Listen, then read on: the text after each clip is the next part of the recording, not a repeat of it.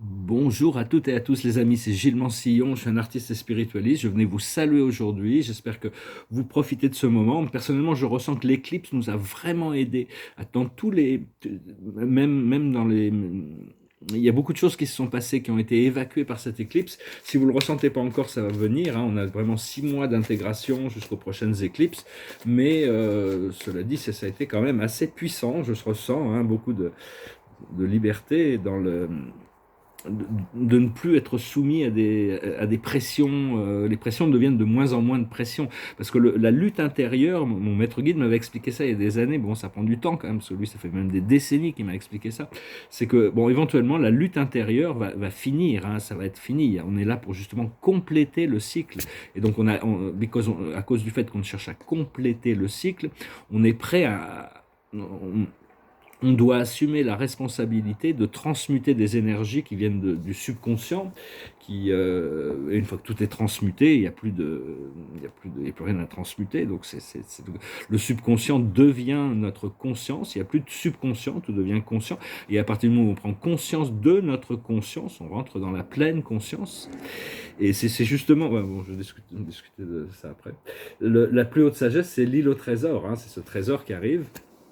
Il faut faire de la place pour accueillir le trésor.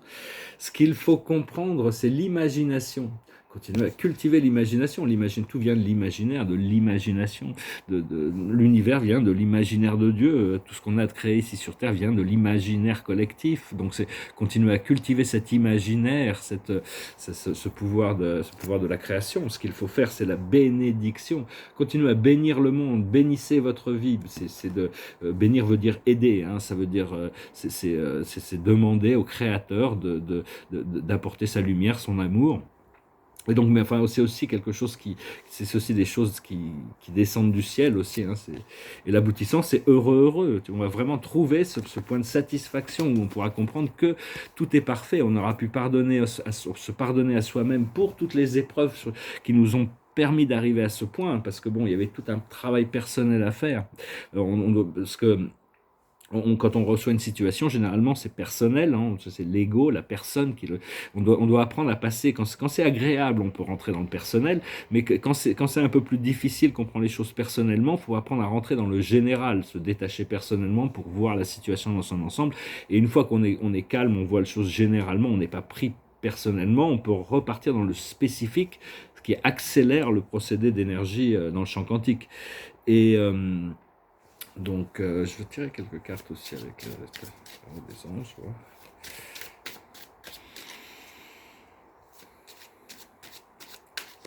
Faut vraiment penser à prendre des pauses dans son esprit, des pauses de plus en plus dans sa journée, des petites pauses où on connecte dans l'intention de connecter avec la source. De plus en plus, et au plus on cultive cette connexion, au plus elle devient...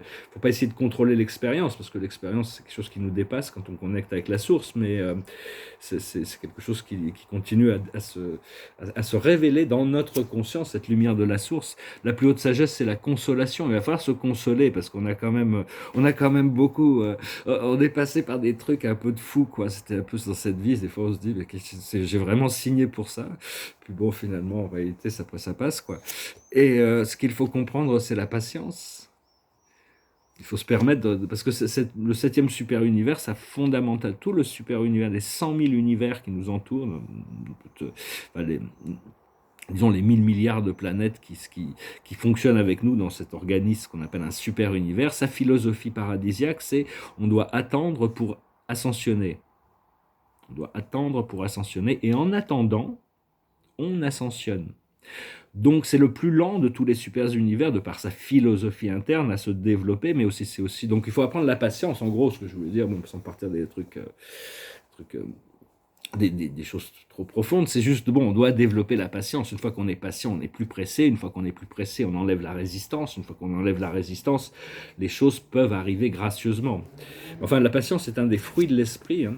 Ce qu'il faut faire, c'est le courage. Continuer à adresser ses peurs. Parce que des fois, qui n'essaie rien n'a rien, vaut mieux y aller. On y va, et puis où ça passe, où ça casse, de toute manière, on n'est pas attaché aux aboutissants, mais on fait les choses. Parce qu'avoir le courage ne veut pas dire de ne pas avoir de peur sur les choses, ou de par rapport aux attentes qu'on peut avoir sur les démarches qu'on peut faire ou les actions qu'on peut entreprendre, mais ça veut dire le faire quand même, malgré le fait que, bon, il peut y avoir des appréhensions. Et il faut essayer de se détendre, hein, de toute manière, et l'aboutissant, c'est la détermination, c'est-à-dire la volonté qui va pouvoir s'autodéterminer. Donc ça va être quand même très, très puissant, très agréable. Et c'est déjà de manière... Alors bon, je vais parler, il y a des... La CIA a déclassifié des informations comme quoi ils sont conscients de la nature multidimensionnelle de la vie, et ils cherchent des moyens technologiques d'accéder à ces dimensions qui ne sont pas dans le temps ni l'espace, hein, la quatrième dimension, cinquième dimension. Enfin, mais enfin bon, ils n'ont pas pris conscience de la source, qui ils sont, quel est leur pouvoir sur tout ça, et donc ils cherchent de manière très très mentale. Puis il y a vraiment c'est cette histoire sur les UFO là qui, tiens, je vais tirer quelques cartes juste pour voir par rapport au premier contact, parce que bon, on doit préparer le premier contact. Hein, pour le moment, ça commence à arriver dans les grands médias. C'est parce que les ovnis, pardon, excusez-moi, je dis UFO, les ovnis ne sont pas une question de croyance. Il y a des faits, il y a des choses enregistrées, il y a des choses qui dépassent, qui ne peuvent pas être expliquées autrement que par une intelligence autre que celle humaine. Parce qu'ils ont enregistré par exemple des vaisseaux la vitesse de leur accélération ne serait pas acceptable pour un corps physique, parce que la gravité c'est trop forte. Donc il y a toutes sortes de choses qui vont se révéler. Pour le moment, bon, on doit préparer ce premier contact. Je vais tirer quelques cartes pour voir par rapport à ce premier contact. Qu'est-ce que les anges aussi travaillent dans toutes ces révélations, même s'ils ne sont pas limités à quoi que ce soit, parce que les anges ont un scope d'activité qui est bien, bien, bien plus vaste que les galactiques. C'est la sagesse, c'est l'unité. Hein. On est tous un. Cette famille galactique, l'univers, tout ça, c'est une seule famille. C'est la source de... une conscience collective, une fraternité. Ce qu'il faut comprendre, c'est la mission, c'est-à-dire que c'est vraiment notre mission de préparer ça. Hein. On est venu, peut-être qu'il va falloir créer des vaisseaux d'ailleurs. Bon, personnellement, justement, ouvrir une agence de voyage interdimensionnelle. Quand j'aurai les ressources, là, bientôt, bon, il y aura des priorités, ça va pas être la première chose dans la liste des priorités, mais enfin, ce qu'il faut faire, c'est l'indulgence, c'est-à-dire donner le temps au temps. Hein. C'est un petit peu ce que je ressens comme ça. C'est à nous de faire un peu de ménage ici-bas avant qu'il puisse arriver, mais on peut déjà commencer à travailler de manière privée, hein, avec les groupes avec lesquels on peut avoir une affinité. Et l'aboutissant, ça va être l'acceptation, c'est-à-dire que toutes les nouvelles idées, je ne sais plus qui disait ça, c'est que toutes les nouvelles idées, ça doit venir de la Grèce antique, je ne sais plus quel philosophe disait ça, c'est que toutes les nouvelles idées, a priori, quand on les présente une nouvelle idée, les gens violemment s'y opposent. D'abord, ils s'en moquent, après, ils s'y opposent violemment, après ça, ils l'acceptent, et après ça devient le sens commun. Et c'est un petit peu l'acceptation du fait qu'on vit dans quelque chose de bien, bien, bien plus grand, plus grandiose. Il y a déjà sur Terre, il y a tout un monde sur Terre qu'on ne connaît pas, c'est l'océan, ce qu'il y a au fond des océans. Il y a 2/3 des ressources, 2/3 des activités de la vie de la planète, parce qu'il y a toutes sortes de civilisations qui vivent en bas des océans. Mais enfin bon, ou des créatures même, mais bon, on n'est pas encore assez, on est un peu trop guerrier pour faire...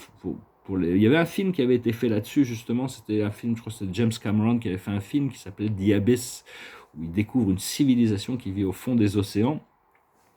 Mais enfin bon, c'est bien peut-être que l'humain n'ait pas accès à tout ça, parce que sinon il dépouillerait tout l'or, les diamants.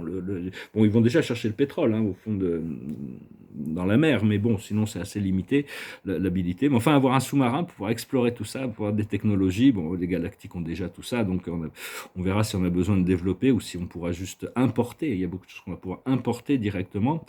Et parce qu'on pourrait croire que la mission qu'on a ici sur Terre, c'est pour l'humanité. Hein. Bon, on est là pour vivre une vie agréable, confortable, apprendre des choses, servir. Mais en réalité, on n'est pas plus au service on est plus au service de la planète que de l'humanité. L'humanité, c'est juste un component.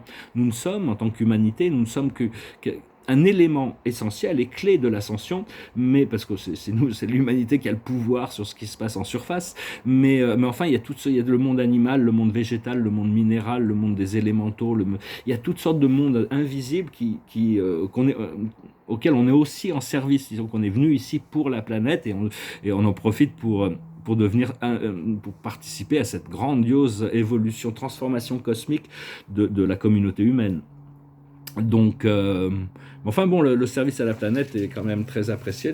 Une prise de conscience sur le fait que la planète est un être vivant, un être réel, vivant, ça va déjà être une grande avancée, parce que tout le monde cherche, tout le monde est à la recherche de l'amour, des octaves d'amour toujours supérieures. Pourquoi? Parce que en réalité, quand on est venu ici, c'est notre point d'origine. Au point d'origine, on jouissait d'un amour total, on vivait dans cet amour éternel de Dieu. Et pour avoir cette expérience universelle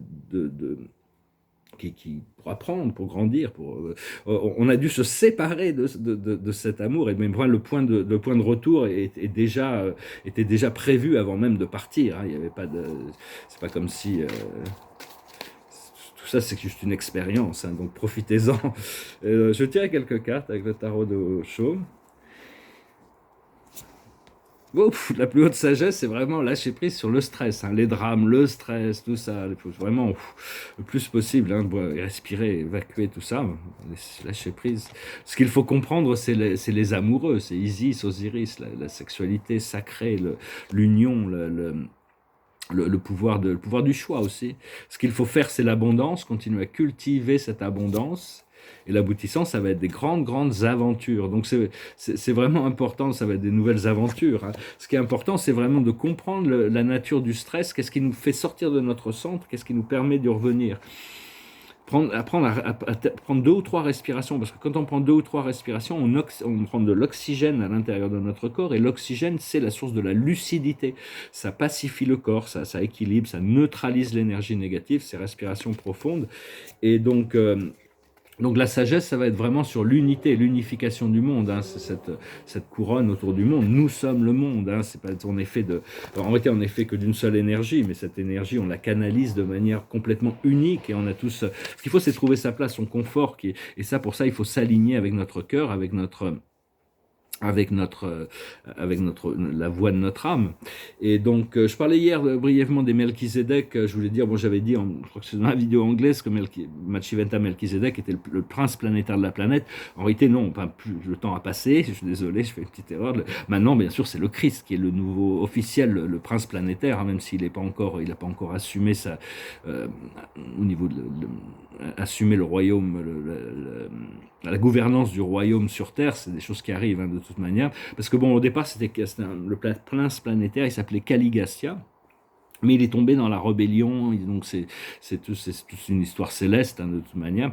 Je voulais aussi dire, le paradis, c'est quelque chose d'existentiel au paradis.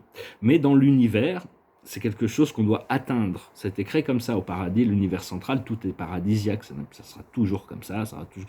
Mais l'univers a été créé avec des fonctions qui permettent aux êtres, aux planètes, au système solaire, aux galaxies, d'atteindre des niveaux de perfection éternelle. Et après, ils ont un circuit cosmique qui les protège de tout. Il ne peut plus y avoir d'accident ou quoi que ce soit. Ce qu'on appelle l'âge de la lumière et la vie. Il y a 7 degrés de lumière et de la vie, mais dès qu'on rentre dans la lumière et la vie, on sort de l'administration de l'univers et on s'aligne avec l'administration des anciens des jours, du super univers. Tout ça, c'est des procédés on finira par découvrir, hein, de toute manière. Mais enfin bon, on continue à s'élever. Pour le moment, on est en train de, il faut être un peu indulgent, savoir que bon. Les gens la majorité de l'humanité, ils se croient aussi intelligents qu'ils se croient. Il y a quand même, on est un peu encore à la maternelle, quoi. Donc il faut être patient. Savoir aussi que il y a beaucoup de fake news qui voyagent dans les milieux complotistes aussi. Hein. Donc prenez pas tout ça au sérieux. Ça ne veut pas dire que ce qu'on appelle des complotistes actuellement sont des gens qui cherchent de dénoncer le complot, cet énorme complot qui est au-delà de tout ce qu'on peut imaginer. Enfin moi, c'est mon opinion, ce que je vois. Hein. C'est que, bon, mais enfin, il y a plus de gens éclairés qui sont appelés des complotistes que des gens qui dénoncent ces gens-là, parce que bon, c'est des gens qui ont besoin de cette lumière, elle va sortir. Cela dit, il y a aussi des fausses informations. Hein. En réalité, sur les gens qui aiment les complots, la ville il y a une capitale du complot, c'est Washington DC. L'esprit m'a expliqué ça. C'est la capitale internationale du complot. Il y a tellement de complots là-bas. Mais enfin bon, tout ça, c'est en train de se déconstruire et petit à petit, ça va très vite maintenant. Donc voilà, je pense que j'ai couvert un petit peu, j'avais pas pris trop de notes, hein, on a continué à explorer, parce qu'à travers l'exploration, éventuellement on connecte à tout, donc c'est juste une question d'arriver à avoir suffisamment de clarté d'esprit pour pouvoir diriger au bon moment notre conscience vers les bons endroits. Cela dit, si on est guidé vers une situation, et qui est très agréable, disons, et puis tout d'un coup ça passe, et puis un quart d'heure après on a envie d'y revenir pour voir ce qui se passait, c'est peut-être plus le moment, donc il faut vraiment suivre moment par moment ce que la vie nous enseigne, et, euh, et sinon, voilà, bon, de toute manière, bon, je sais que les gens aiment bien ça, je vais tirer voir un petit peu par rapport à la politique française, je vais voir un petit peu Mais enfin, il ne faut pas s'inquiéter, la politique, c'est quelque chose de... C'est une illusion enfin, c'est une illusion, c'est pas une illusion. Donc, ah oui, il y a quelque chose, c'est que pour les... Quand on vit dans le monde matériel, on a l'impression que ceci est la réalité et que tout le monde invisible qui nous dépasse est une illusion. Comme les athées peuvent croire que ceux qui croient en Dieu croient en une illusion. Par contre, une fois qu'on arrive à prendre conscience de la réalité permanente et parfaite du monde spirituel, on conçoit que les réalités du monde matériel, transitoire et physique un côté illusoire parce il n'est pas connecté à la réalité éternelle. Donc tout est relatif ici-bas. Cela dit, on continue à connecter avec ces dimensions de l'âme de plus en plus à travers les rêves, les méditations, l'intuition, la connexion, les relations. On est vraiment dans le flow. Moi, je vais voir par rapport à la politique française, qu'est-ce qu'il faut s'attendre. Personnellement, bon, je sais que ça doit changer. Tout va changer. Hein. Il faut pas s'inquiéter pour le moment, on est encore dans une phase de disclosure, de révélation. Ce qu'il faut faire, la plus haute sagesse par rapport au monde extérieur, au monde de la politique, c'est la respiration, la sérénité. Ce qu'il faut comprendre, c'est tourner en rond. Tout ça, ça tourne en rond. Et donc, ça va continuer à tourner en rond jusqu'au moment où on arrête de le regarder et tout s'écroule. Ce qu'il faut faire, c'est la nouvelle vie, s'occuper de notre nouvelle vie. Des choses qui sont pour nous. Et l'aboutissant, c'est l'orphelin. C'est-à-dire, bon, tous ces programmes de Lego, ils vont finir. C'est-à-dire, c'est comme ça que je lis celle de la carte, là. Hein. C'est vraiment... on peut se sentir isolé aussi hein, dans ce procédé de regarder dans tout ce monde extérieur, toutes ces choses qu'ils essayent de nous vendre. Il vaut mieux compter sur la connaissance profonde de l'intérieur plutôt que de dépendre, parce que je sais que les gens aiment bien voir ce qu'ils appellent les informations et tout ça, mais c'est bien de suivre. Il faut vraiment suivre ce qui nous intéresse de manière détachée. Et se concentrer aussi, se comprendre que bon, c'est surtout sur la fidélité du cœur, c'est-à-dire continuer à chercher cette harmonisation. Donc c'était un peu futile de tirer des cartes pour ça. Hein. Mais enfin voilà, donc je vous remercie pour tout infiniment, je vous remercie pour vos dons, je vous remercie pour vos likes, vos partages, vos commentaires, vos souscriptions, je vous remercie pour vos messages. Si vous voulez une session privée, vous pouvez m'envoyer un email. J'étais en train de chercher une chanson en anglais, puis il y en avait une en français au milieu, alors je me suis dit je vais la chanter. Ça, c'est une chanson de Serge Gainsbourg, je crois. Ça s'appelle La Javanaise. J'avoue, j'en ai bavé, pas vous, mon amour, avant d'avoir eu vent de vous, mon amour, ne vous déplaise en dansant la javanaise. Nous aimions le temps d'une chanson.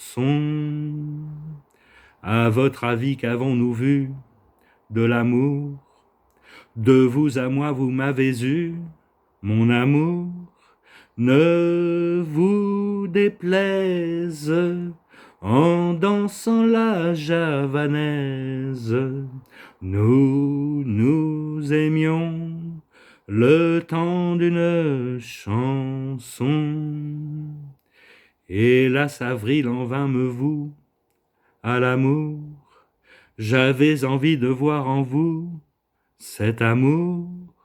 Ne vous déplaise en dansant la javanaise. Nous aimions le temps d'une chanson. La vie ne vaut d'être vécue sans amour, mais c'est vous qui l'avez voulu, mon amour. ne vous déplaise en dansant la javanaise. Nous aimions le temps d'une chanson. Javanaise de Serge Gainsbourg. Je crois que c'est Serge Gainsbourg. Ouais. Je crois que c'est lui qui l'a écrit. Je crois qu'il écrivait ses chansons. Je suis même pas sûr qu'il ait chanté des chansons qu'il n'ait pas écrites. Peut-être, c'est possible. Je tiens une dernière carte. Et la dernière carte, c'est la carte du monde. Hein, voilà, ça correspond à cette bénédiction qui arrive. Ici, c'est l'archange Michael. On remercie Michael de nous accompagner. Quand je voyage, je lui demande toujours de m'accompagner dans mes voyages. Ça se passe généralement très bien.